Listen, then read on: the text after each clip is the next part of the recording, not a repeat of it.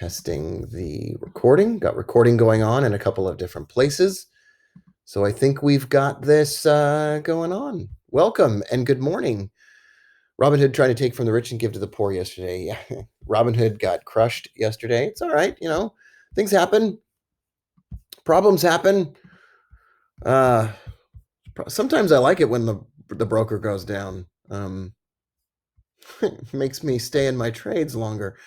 All trading involves a substantial risk of loss. Past performance is not necessarily indicative of future results. The presentation here today is intended to be informational and educational and not a recommendation to buy or sell any financial instrument. If you desire personal financial advice, consult your financial advisor. Here's the big document of links, robbiebooker.com/big links. This is an easier way to get all the links we use. In March, we want to plan and take a $9,000 trade. I think we might be getting close to finding that already. Plan and take 2 to 3 small trades. I know for sure we have 1 or 2 of those going right now. Clear up questions about trade sizing, have some honest conversations about how important it is to focus. And remember, we're not going to get too literal. So when we say what we look for, we can bend the rules a little bit, right? We can bend the rules a little bit. You can take a little bit larger of a loss. You can take a little bit smaller of a loss. And the same goes for gains. All right. We talked about what we look for yesterday. We're not going to go through all of that again today. I only have about 15 more minutes today. I got a huge list of things going on today. We're trying to recruit some more people. One trader in particular has turned I'm going to get this right, a $2,000 or $20,000 account into $2 million and is coming on board to help us out and will be available to do some webinars and things.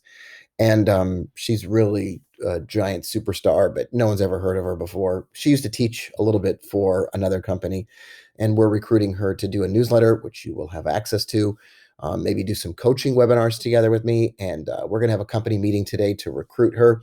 There's also this really cool blind guy who manages $1 billion, and he's going to come on and help out a little bit. And we're just working to increase the number of folks who are here to give some backup and produce more ideas for us and maybe give a little bit of a different perspective and to make sure that I don't get burned out.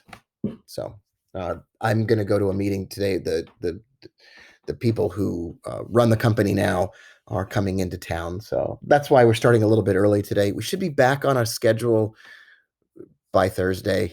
Tomorrow might be a little bit different as well. So I really appreciate the flexibility. It means a lot to me. So, okay. I want to skip right to the trading account. Market's not open yet, but it's coming soon. Robinhood had all kinds of problems yesterday. It's probably going to have all kinds of problems today. I would not be surprised. I wanted to take a look at the H&R block. The second call that I bought is up $960. The first call that I bought is down $900. So I'm at about break even on this. But I think this is going to be a $1,000 trade. I think if you were in 1 or 2 of these trades together with me, once again, let's show you what I have. I have the $20 call that expires in April, and I have the $23 call that expires in April. I think that by April, the H&R block is going to be at $24, $25. I think it's going to be $1,000 trade. If I can get to $1,000 on that trade, I'm going to close that trade and take the money and run, as they say. I'm probably going to close home at a loss. There's probably nothing I can do about that at this point. It's already lost so much that even closing it doesn't make any difference. So hopefully we'll get a bounce. I am going to, over the next few days, thin the herd. I'm going to close some of these garbage positions and get rid of them because they're just not working. So I am going to thin those out. Probably going to keep a couple of them and then get rid of the rest and take a hit. Probably take $1,000 hit overall. But I need to make some room for things that are working. All right, I've got to type my password in here. Take a look at a couple of different things. So I have a new trade. My friend Steve in place, who is a brilliant analyst, just absolutely brilliant, sent me the name of a stock yesterday. So this is a medical supply manufacturer, medical supplies, masks and all kinds of stuff that the coronavirus really benefits from. This is the 4-hour chart, and you can see here we put a really great bottom in with lots of bullish divergence, lots of bullish profit circles. We jumped up, then we printed a bullish profit circle, and we may be in the midst of what is an emerging trend. And they're going to report earnings tomorrow. And I'm going to buy 1,000 shares of this stock today. The options have spreads that are too wide. I don't want those. But this is a trend trade. So this is a great example of what we look for in a trend trade. Movement up, then a retracement, and then a bullish profit circle. We are already $1.50 above that bullish profit circle. So the better entry was, a while back, a couple months ago. But I think the big move is going to happen now. What's great about this, we have to look at the daily chart to really get a view of it. We have a spectacular missed monthly pivot at $10.94 and a really great missed weekly pivot at $14.93. I think those levels are going to get hit. And we have another missed monthly pivot at $24. It's not going to go to $24. That's impossible. Not in the frame of time that we would ordinarily look at. But I'm going to add OMI, buying 1,000 shares. It's trading for $7, $7.19. So if you're on Robinhood or a no commission broker, you could buy 10 shares probably with no big problem and come away with something. I'm not giving that as a recommendation. I got to be really careful about that. I can't give you specific recommendations. I can't tell you what to do with your money. I can just tell you what I'm doing with mine. I think that's reasonable. But I'm going to buy 1,000 shares of this stock today. Let's see what the average volume is. It's 1 million shares, so we're totally fine there. I'm going to see if I can put the order in now. Medical supplies, a global healthcare solutions company, technologies, products, and services aligned, blah, blah, blah, blah, blah. So I'm going to put 1,000 share order in for $7. Let's see if I can do this. Oh. So let's see if I can set a limit price. Can I trade a limit? Set a limit price. There we go. $7.20 would be fine. Good for the day. Allow it to execute during. There we go.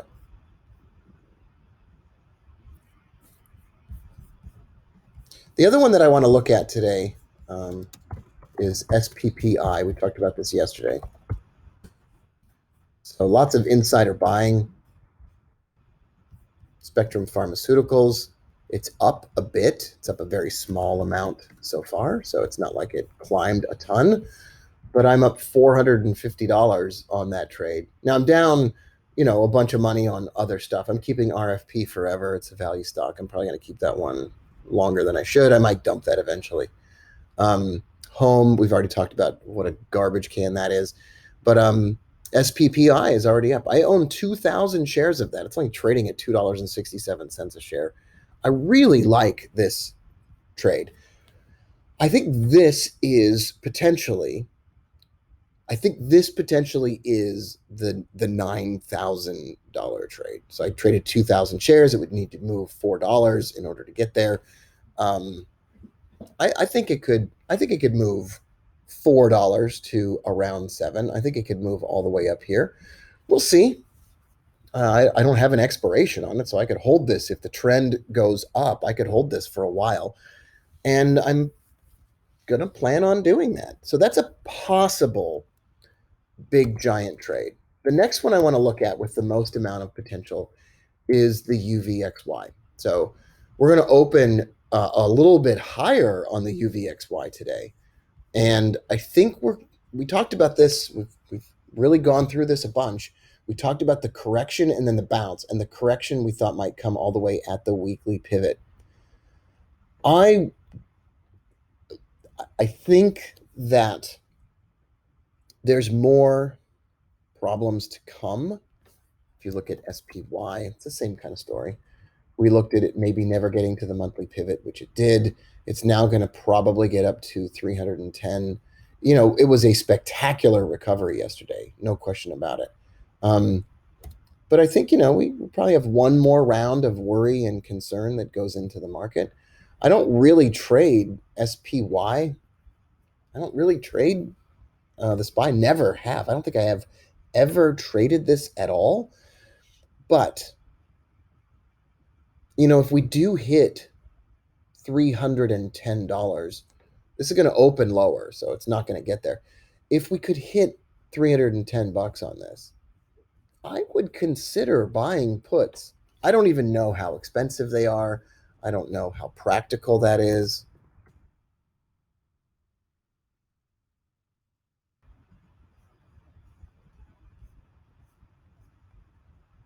The April ones, June, $310, or even because it's going to, $15 per contract. Like if I wanted to trade 10 of those, it would cost me $15,000. That just seems stupid, and I don't do that kind of thing. I don't trade things for that much money. That's not the way I do it. So if I'm going to express an opinion, what is a QQQ trade for? It's a similar story. VXX, I like trading volatility. What can I say? So I would probably express this in terms of volatility. I would probably buy a call on the VIX. So if we go from the gap, the really big move, that lines up pretty well. What if we go from the recent low? That lines up pretty well. Yep, that's if we got down to, we might already be in the bounce. If we dropped a bit more on this, I would buy some VXX calls, but it's already overbought. So we're just going to sit and wait. We had a great trade on this. We don't need to rush into anything new. I'm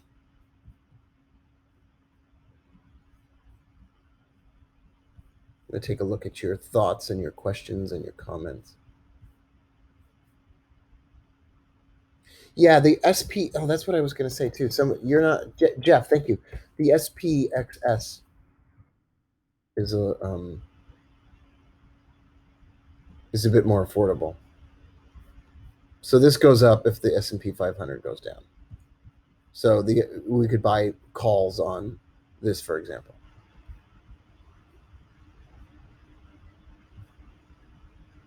Yeah, I mean S&P E-minis. I don't trade E-minis. I don't even know if I can trade options on E-minis in any of these accounts. I've never done it. So, once again, I'm not I'm I'm still kind of in the recon phase here, right? We're just doing some reconnaissance. We're kind of just scoping things out.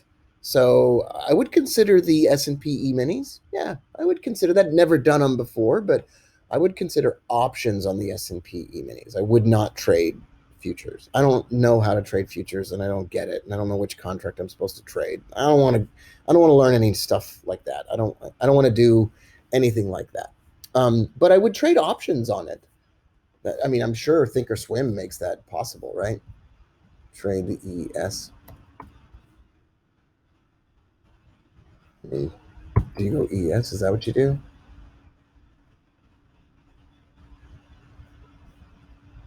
Waiting for the data. So S&P E-minis, right? I could probably trade some April. So I could probably trade some options on that. That would be a reasonably simple thing to do, probably.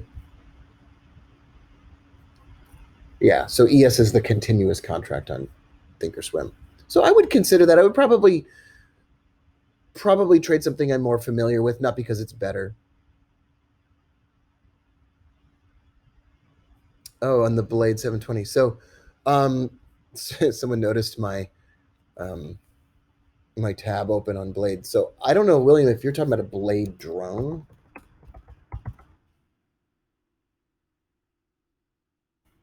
This looks pretty cool. Oh, wow, that looks like a Mavic Pro. Looks like a little Mavic Pro, doesn't it? That's cool. I was looking at Blade helicopter service. I'm filming a promo video in New York with this woman that made $2 million. and the team, and we're all flying into JFK at the same time. So I was like, hey, I wonder if I could get a helicopter to take us from JFK to Manhattan. So Blade runs these helicopters from John F. Kennedy Airport. It takes 5 minutes instead of um, 14 million hours to get into the city. So I kind of like that idea. I'm kind of thinking about doing that. Oh, Jeff taught day trading futures for 4 years with a different provider. Oh, that's cool. Um, wow, that's cool. Jeff, would I mean if you don't mind emailing me and telling me the story about that, that would be cool. I'd love to hear more about that. All right. LaDonna asked what LaDonna asks, LaDonna gets. EWZ. So looks like a bear trend to me. On a bearish profit circle, I would probably sell the ever loving daylights out of this. I would even do a bearish profit circle on the 60-minute chart. On that, I would do a bearish profit circle on the 60-minute chart, probably. And then Resideo Technologies. It really looks bullish. It's trading for $10. Didn't we see that this was like? Didn't we see that this was? Yeah, there's tons of insider buying here, but not really tons. Okay, $100,000 worth of shares. Yeah, there was a bunch last year. You know what? This LaDonna. I don't know why I said it that way. LaDonna. Um, this is actually like we've talked about this. This is potentially. Does this tend to? Oh wow, it doesn't really have a lot of history. Lawsuit for investors and shares. That doesn't always mean anything. Well, let's do a little bit of recon here.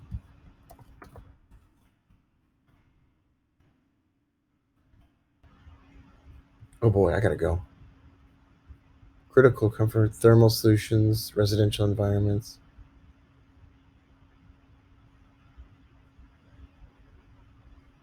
Okay, safety stuff like that. Yeah, that's kind of recession proof. Oh, there's no options here. Yeah, I think that has the potential to move up to the missed monthly pivot at $19, especially if it's a short squeeze. All right, let's just sum it up. Um, Looking at shorting WZ, buying Rezi. Okay, we did confirm we are meeting at the Woodlands Resort April 9th and 10th. That's where the meeting location will be. You can take an Uber there in 5 minutes from any other place we've talked about, or you could book a room at the Woodlands Resort. And I will be probably staying there on Thursday evening. So I'll probably stay overnight. So if you want to all stay up late and have a conversation in the lobby and talk about charts and stuff, I'll probably be available. That's the plan anyway. Okay, I gotta go. I gotta go to this meeting or else I'm going to be in big trouble. I'll talk to you all very soon. Bye for now.